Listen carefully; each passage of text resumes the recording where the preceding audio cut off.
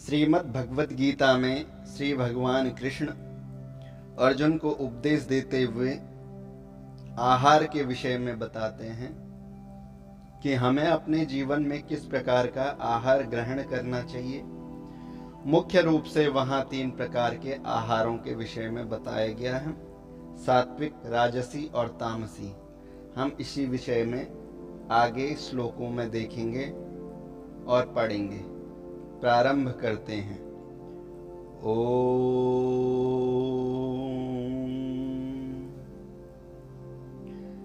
आहार नियंत्रण। आयु सत्वबल आरोग्य सुख प्रीति विवर्धनः रस्यः स्निग्धः स्थिरा हृदया आहारः सात्विक प्रिय। अर्थात आयु, बुद्धि, बल, आरोग्य, सुख और प्रीति को बढ़ाने वाले, रस युक्त, स्नेह और स्थिर रहने वाले तथा मन को प्रिय लगने वाले ऐसे भोज्य पदार्थ सात्विक पुरुष को प्रिय होते हैं। अर्थात ये सात्विक प्रकार का भोजन या आहार कहा गया है। इसके बाद राजसी आहार के विषय में कहते हैं, कट्वलंब लवणात्युष्णा तीक्ष्ण रोक्ष विदाहिनः आहारा राजसस्येष्टा दुख शोकामय प्रदा।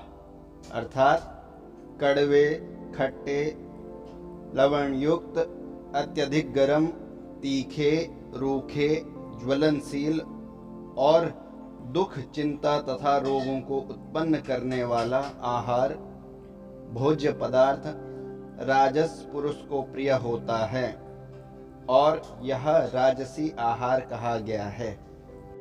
इसके पश्चात तीसरे श्लोक में तामसी आहार के विषय में कहते हैं, यातयामं गतरसं पूति पर्युषितं च यत् उच्छिष्टमपि चामेध्यं भोजनं तामस प्रियम।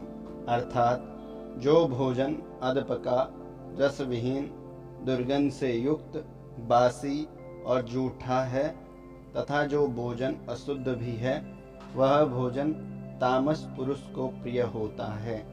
अर्थात ऐसा भोजन तामसी होता है।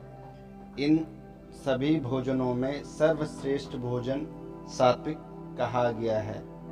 फिर राजसी, अंतिम में जो निकृष्ट भोजन है वह तामसी कहा गया है। आहार के विषय में जानने से हमें क्या शिक्षा मिली, यह जाने तो जो 3 प्रकार के आहार बताए गए हैं, सात्विक आहार, राजसी आहार और तामसी आहार, हमें यह प्रयत्न करना चाहिए कि हम अपने जीवन में यथासंभव हो सके तो सात्विक भोजन को ही ग्रहण करना चाहिए। क्योंकि कहा जाता है, जैसा व्यक्ति का आहार होता है वैसा उसका आचार व्यवहार होता है। सात्विक आहार ग्रहण करने से जीवन में सात्विकता बनी रहती है। सात्विक भोजन से सात्विक विचार आते हैं, जिससे हमारे आचरण में भी सात्विकता आती है, जो प्रत्येक मनुष्य तथा समाज के लिए अति आवश्यक है। इसलिए हमें सात्विक प्रकार का ही भोजन करना चाहिए। राजसी और तामसी भोजन निकृष्ट कहे गए हैं, इसलिए उन्हें त्याग देना चाहिए।